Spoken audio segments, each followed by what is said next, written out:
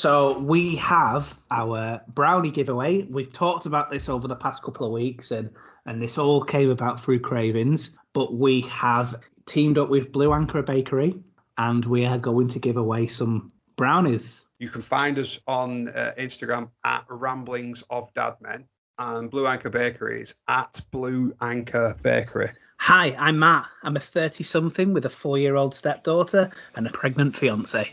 And I'm Daniel. I'm a 30-something, and I've had kids for a while, ranging from toddlers to teens.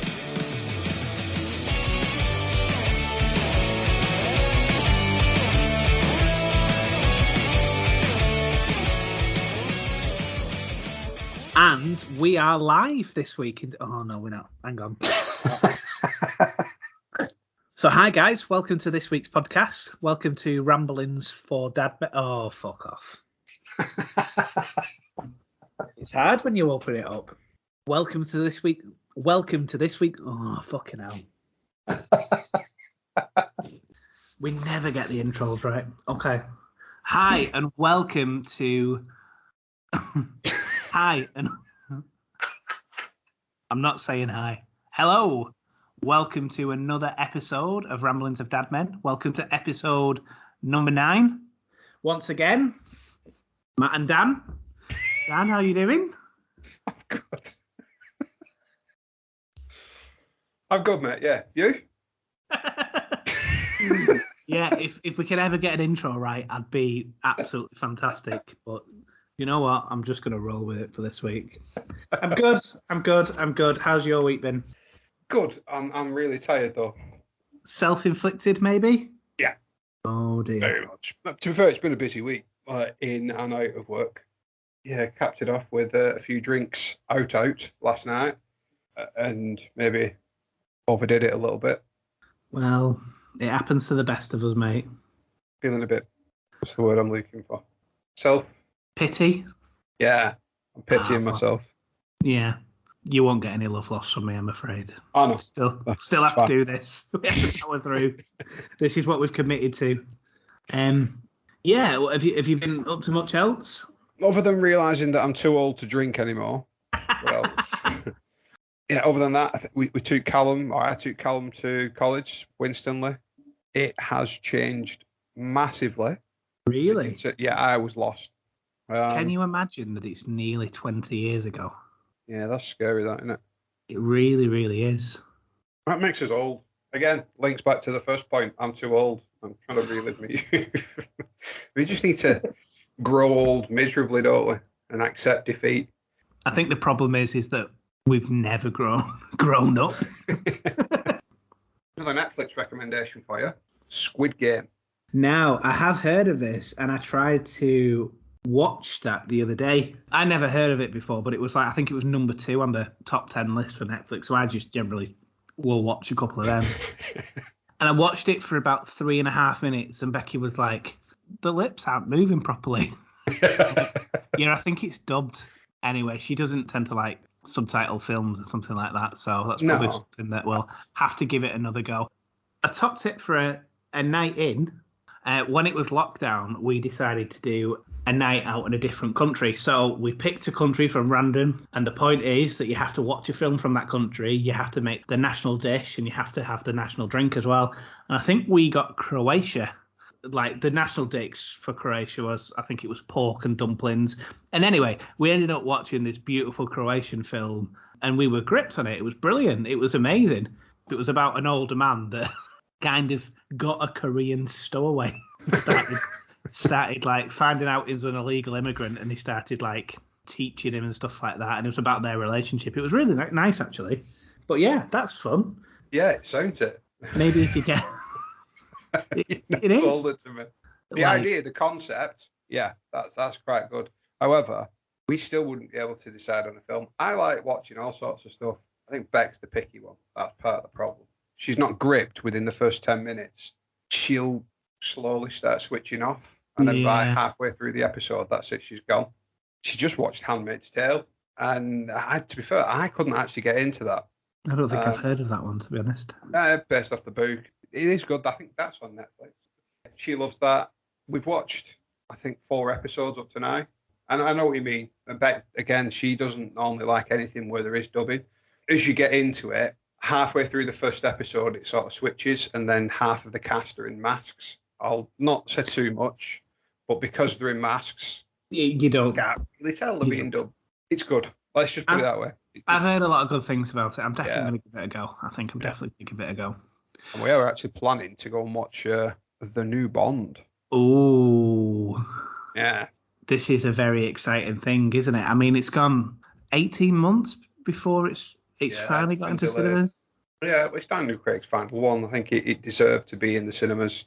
Controversially, I actually think he is the best Bond. I don't think there's any controversial about it. I think he's the closest one to the books. I think a lot of the older generation may say Roger Moore because he was the original Bond. Was he the first Bond? No, it was Sean Connery. Sean Connery was the first one. I think I could name them, but I don't think I could name them all in order. I think it was Sean Connery, Roger Moore, Timothy Dalton, George Lazenby, and I don't think that's in the right order. Pierce Brosnan, then Daniel Craig. Yeah, Pierce Brosnan was good. He was? I do genuinely think Daniel Craig has been probably the best Bond, for me at least. Yeah, I think it's because we've not grown up with it. We were adults when he first came out, but it was probably around 2005, 4 maybe. So 2006, I think, was his first Bond. He's been Bond for 15 years. Wow. One of the things that me and Becky disagree with is about films, really, and this is where one of our age gaps, I guess, tends to show. So last night, I got her to watch a classic film from my childhood, and she'd never seen it before, which I was a little bit offended by, to be perfectly honest with you. But she enjoyed it. That film was Ghostbusters. The originals. The original Ghostbusters. 1984 Ghostbusters. Yeah. Wow. Great film. Oh, did she enjoy it? She did enjoy it. There are a few more films from that area that I'm going to try and get her into. I'm slowly setting it in. I think the offshoot is that I have to watch the full Harry Potter series, which I've never watched. And the other thing that I have to watch is slowly getting back onto topic, I think. And One Born Every Minute. See, that's something we did. I think you'll get a lot from that. Really? Yeah. Not necessarily the plan, but if you do have to go in hospital, I think you'll get familiarised with the environment and what's going on and all the machines and all of that stuff. And it did help me. We are going to start watching that. We've also booked some online courses. I think we've got 6 hours of hypnobirth to watch this week. Is this the ones where you sit behind her in the ghost position again? I'm assuming fully dressed this time and practice breathing techniques. Yeah, and then whatever happens. I will update you of any progress. Don't squeeze too hard. So we've had a very quiet week. Yesterday, we decided that we would go and have a 4D scan. So we booked that and we went and we couldn't get a picture, unfortunately. So that's a bit annoying. So where she was in the right position, but as we saw on the ultrasound, we could see her mouth opening and she was genuinely licking the placenta. So she is a strange child. She is a very strange child. But because she was so close to the placenta, you needed some fluid there, so she couldn't get a proper picture, unfortunately. So we've booked in to go later again this week for. She did say that she had really long legs, though, and I did start thinking, is this baby mine?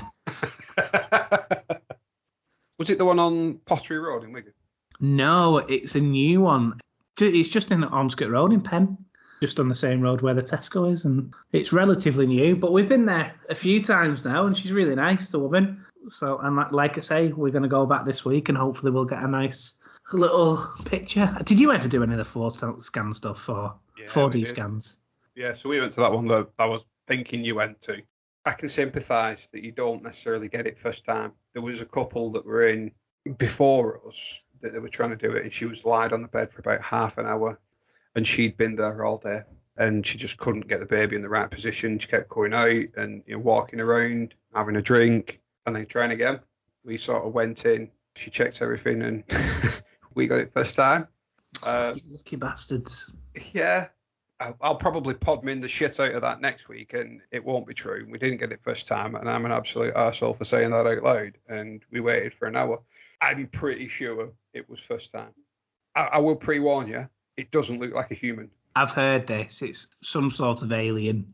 Yeah, it's weird, but it's still nice and reassuring. I mean, Georgia didn't come out looking anything like that 4D scan, so I don't know if there was just something wrong with the printer.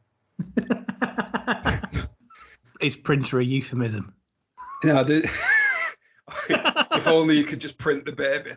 Yeah. It comes out in flat pack. That'd be nice, wouldn't it? Hey, I tell you what. One thing I did do this morning, thinking back to last week, I went watching one of my other nephews play. It's far better than watching the professionals play. Not even going to mince my words. My nephew set up one of the tries, and it was a good try.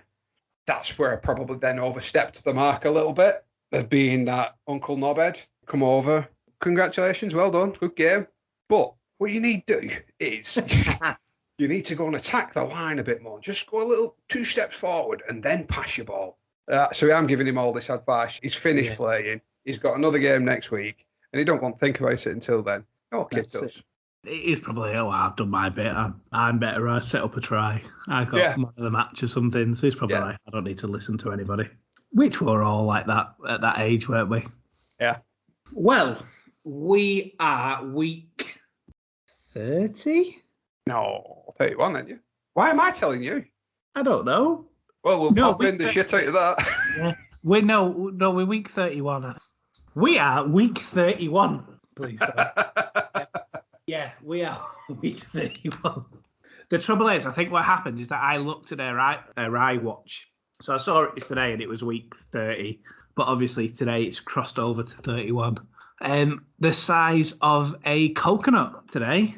We're getting big. And also while we're at the 4D scan, I think she's weighing £3.10. So everything's looking good. I do have a little bit of podmin. Last week, Becky just wanted us to remind you and everybody that she is not a terrible, horrible person. She said, the way that you've got me sounding like that I'm just making you lie in bed and fondling me for a little bit of a rest. I'm like, that makes me sound terrible. Like, no, she's not. She's a lovely person. She's amazing. So I apologise if anyone was offended by the way I spoke last week, and by anyone, I'm really sorry, Becky. So there are a couple of things that I want to talk about. I want to talk about 3 main points this week, really, and actually, this is more related to my stepdad role, to be honest with you, in terms of looking after a toddler, because I'm sure, you know, there are some people that listen to this and want to rip their hairs out because looking after a toddler is an absolutely stressful thing to do from time to time. I think that's fair to say. And I just want to talk about some kind of stuff that we've been struggling with over the past few weeks and what kind of things that we've started to do to try and help out or solve that. So just to start this as well, Flossie had her first accident this week. At school, there is like a little play centre outside, a little like climbing frame. She has some like wooden stepping stones. So like there's some wooden blocks. They aren't connected. They're always like floating stairs, if you know what I mean. Yeah. And so it's part of like a little obstacle course. And she was playing on them. It was wet. And she slipped off them, but decided to break a fall with her head. So she was in a bit of a pain. You know, Flossie had to go to the walk-in centre and get butterfly stitches. She's fine now. She's got a little bit of a black eye. Doesn't sound too pretty at all, what? Yeah. She definitely had a scary experience in terms of it's never nice seeing anyone hurt, is it? So no. I guess that's what kids do. Any of your kids had some injuries where you've had to spend hospital? Oh, yeah. Yeah. Yeah.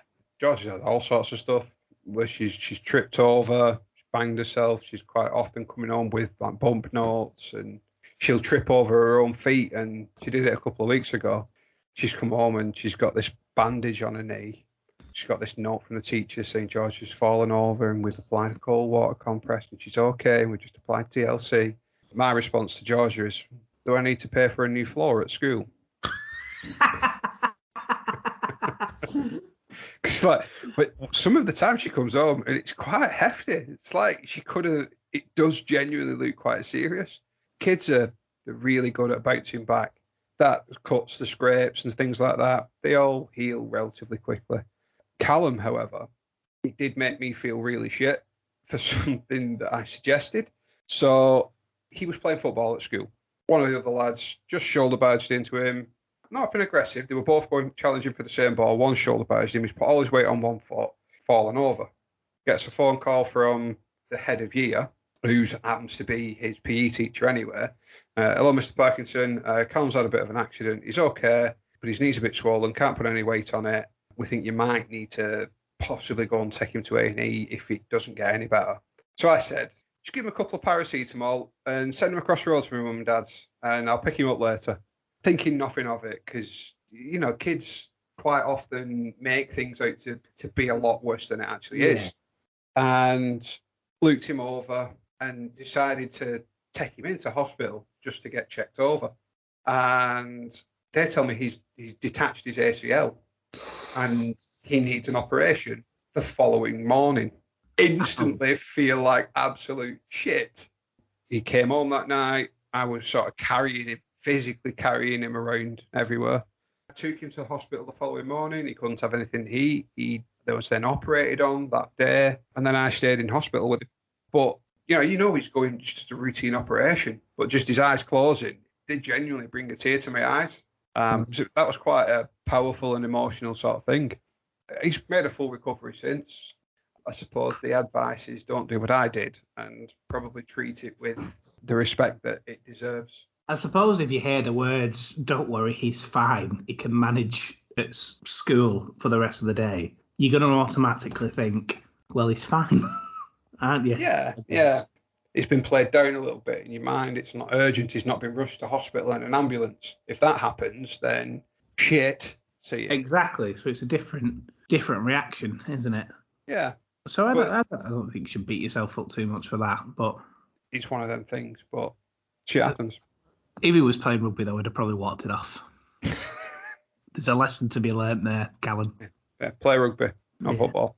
So, diverting ever so slightly, one of the things that we found particularly challenging for a while, really, Flossie has quite a delicate palate. So she will happily just eat ham and cheese sandwiches all the time.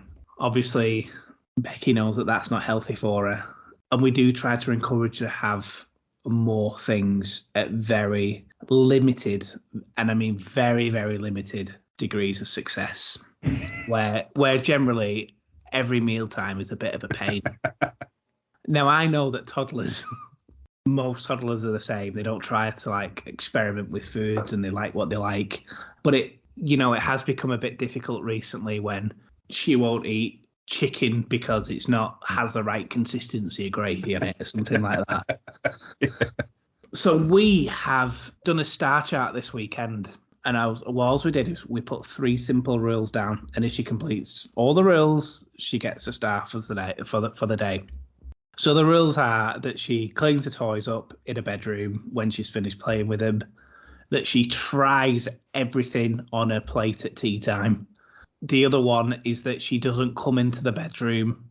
So Flossie's got this behaviour where she'll tend to come into the bedroom really early in the morning, like 5 o'clock in the morning. She'll say, I'm not tired.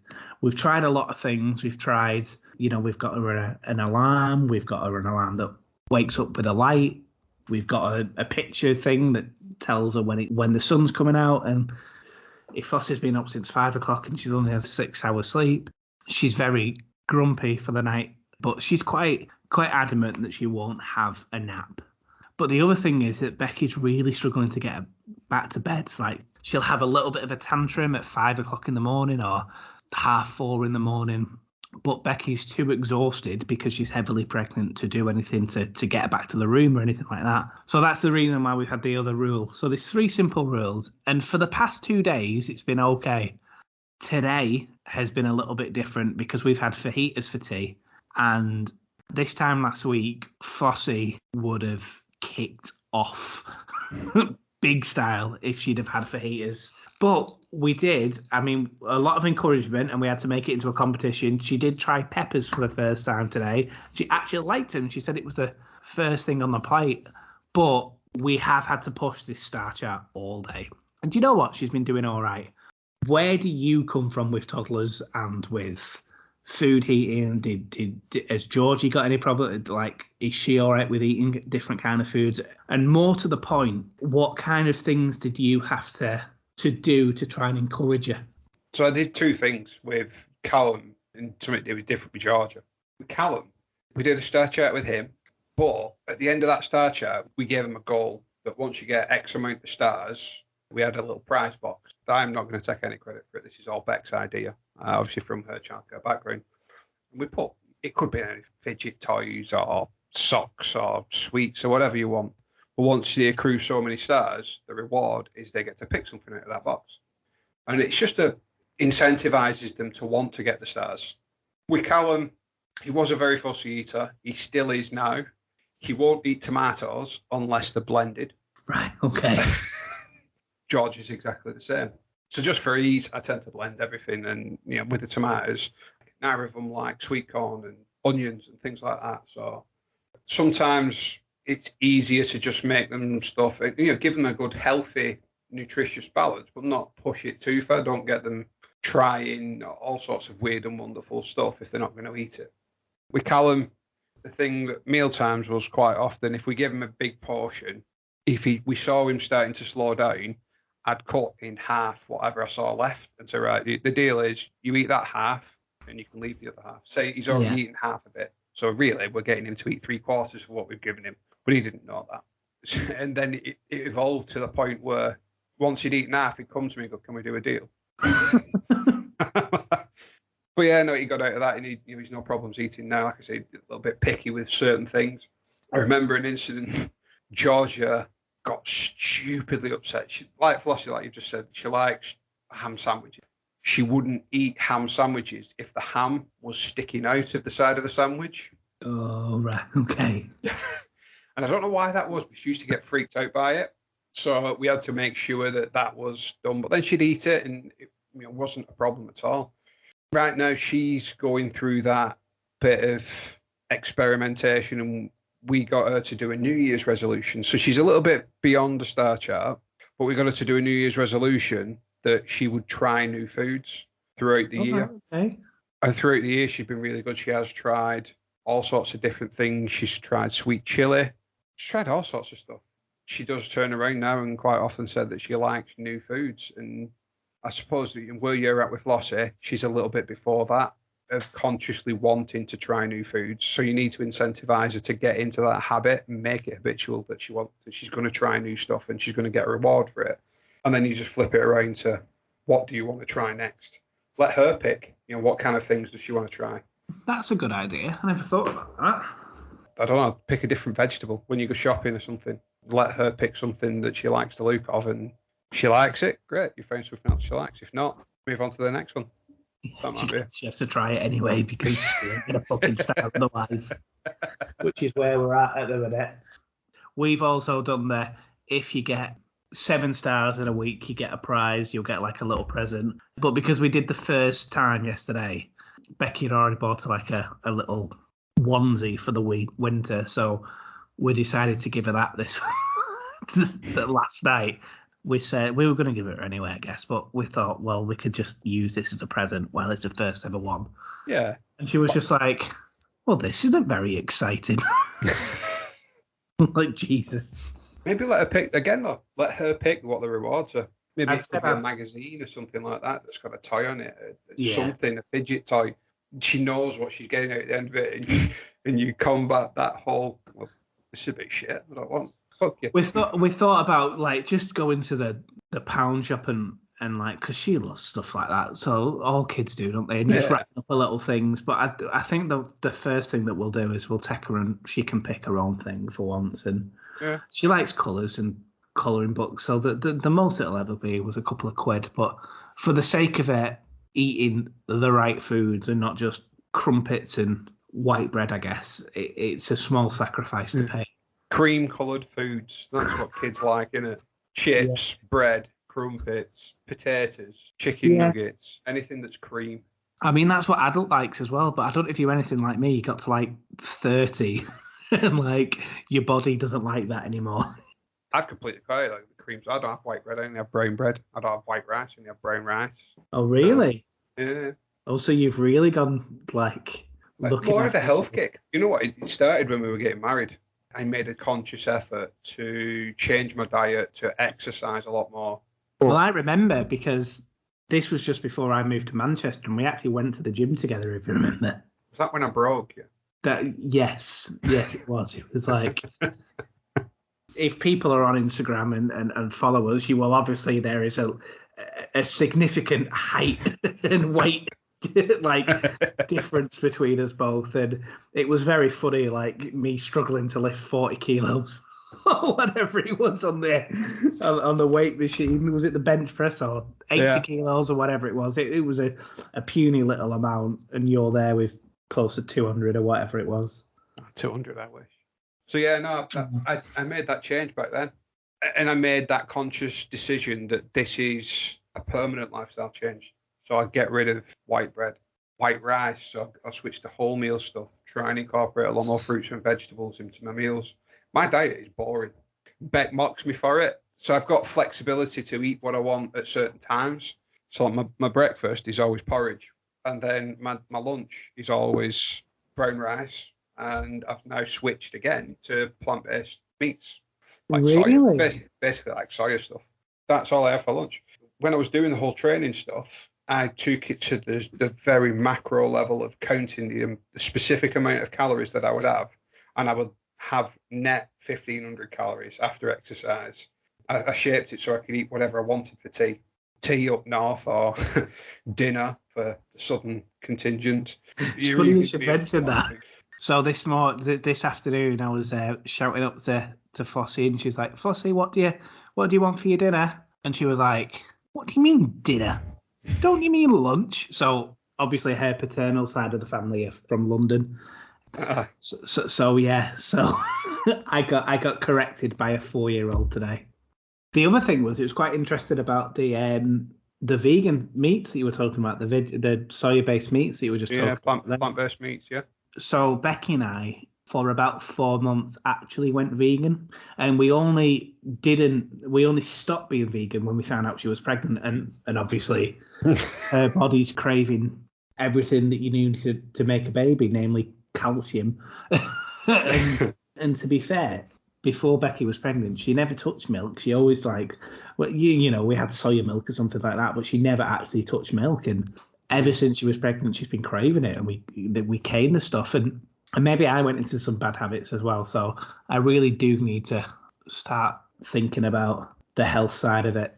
Yeah. I'm the opposite to you, so I'll go to work. I won't have breakfast. I will have a tea or a coffee, depending where I go, and then I won't eat till lunchtime, and then I will have like a meal deal, a packet of crisps or something like that, and probably spend about £8 in Morrison's or whatever. However, that will bring me into topic number 3, because that will not happen for much longer. Yeah. Because on Thursday I handed in my notice in my job. Wow. Yeah, I did. Yeah. How did that go? It was sad. I've been there for a long time. I've been there for 10 years now. Well, over 10 years. And I really enjoy my job. It's a great job. The company's done a lot for me. However, it was the right time to move on. And actually, this is something that I want to talk about, because not so much from a dad point of view, but just from a general life point of view, I guess, is that the actual job, I think, is short-term pain for long-term gain. It's a massive pay cut. It means that I get to work from home for the most of it. And, me and Becky have talked about it, but we do think it's the best thing for us. The job that I do now, I mean, I could easily start at 6:30 in the morning and then not finish till 10 o'clock and still have things outstanding. And I know that a lot of jobs are like that, but when your phone is ringing constantly, and with a little one on the way, maybe I don't want to do that at this minute in time.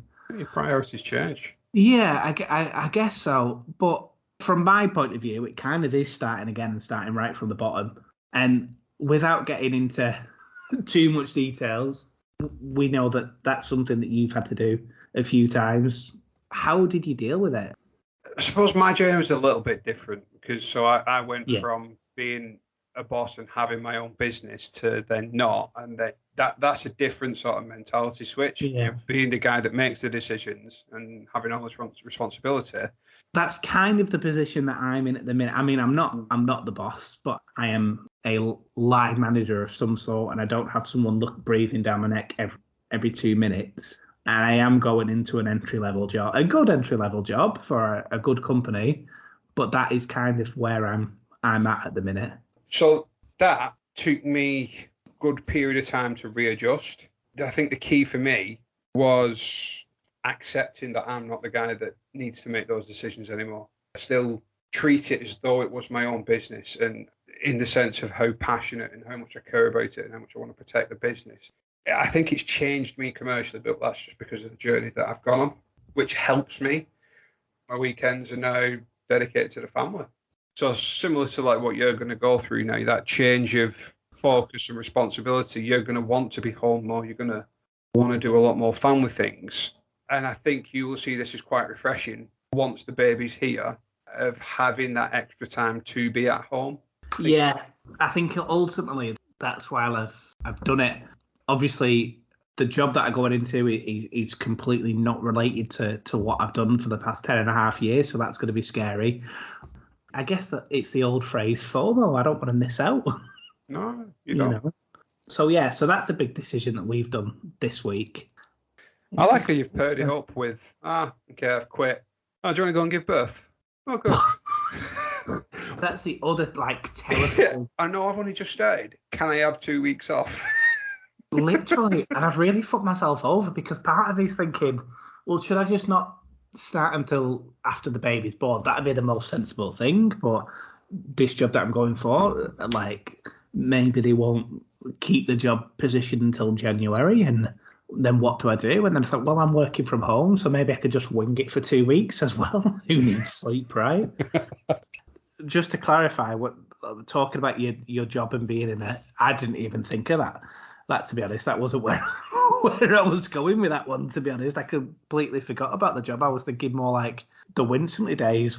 Oh, yeah, there's that. Yeah. There's the time when I was an idiot and decided to quit college because I thought I knew better than everyone. In fairness, that worked out so much better probably for you. And I know it probably didn't feel it at the time, but from someone looking from the other side where you managed to grow your own business and become successful in a field, whereas I went to uni and did the traditional route and got a degree and did fuck all with it.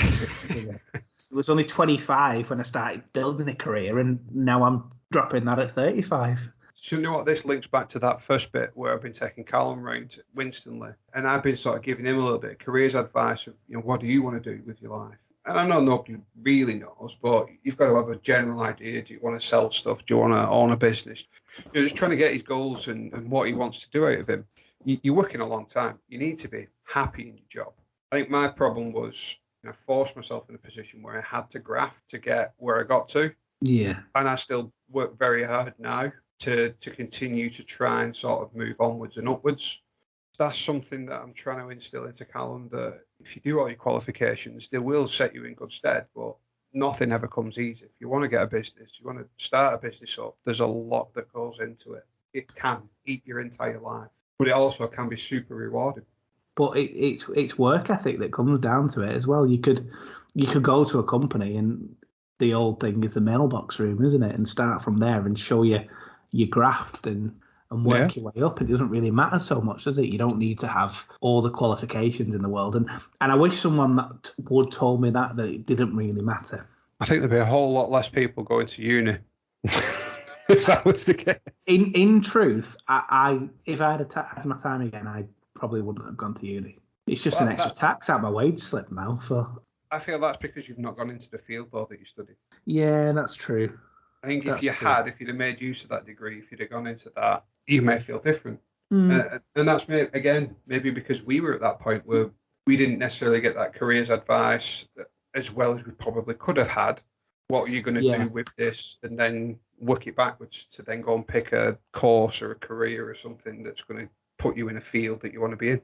I guess when we went to college, it was like, sorry, when we got out of school, it was like, well, you need to go to college and pick 4 A levels now, then drop 1 A level, and then you need to go to uni, and that's how you need to succeed, and that's how it was viewed success at the time, wasn't it? If you go to uni, and I guess on that very somber note and unusual for us, but I think it's a good time to end. Oh shit, the bed. No, scratch that. It's just a little mention, and it's just worth to talk about our Instagram competition that has gone live. Yeah.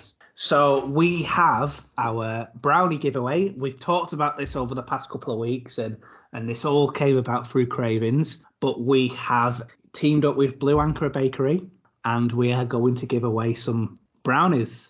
All you need to do is as simple as find us on Instagram. Find the post. That's challenge 1. Yeah. Like that Instagram post. Tag a friend or comment. Each person that you tag or comment is going to classify as a separate entry. So you can enter as many times as you want. But from there, we're going to pick a winner. Terms and conditions of the competition. Please make sure that you're following both us and Blue Anchor Bakery to be eligible for the competition. To make sure that you're in it. Oh, fuck's sake. This whole marketing stuff. Blue Anchor Bakery is one of the brownies that we have tasted, and they are amazing. They really are, and we'll get them sent to you. We are going to announce this on the 21st of October.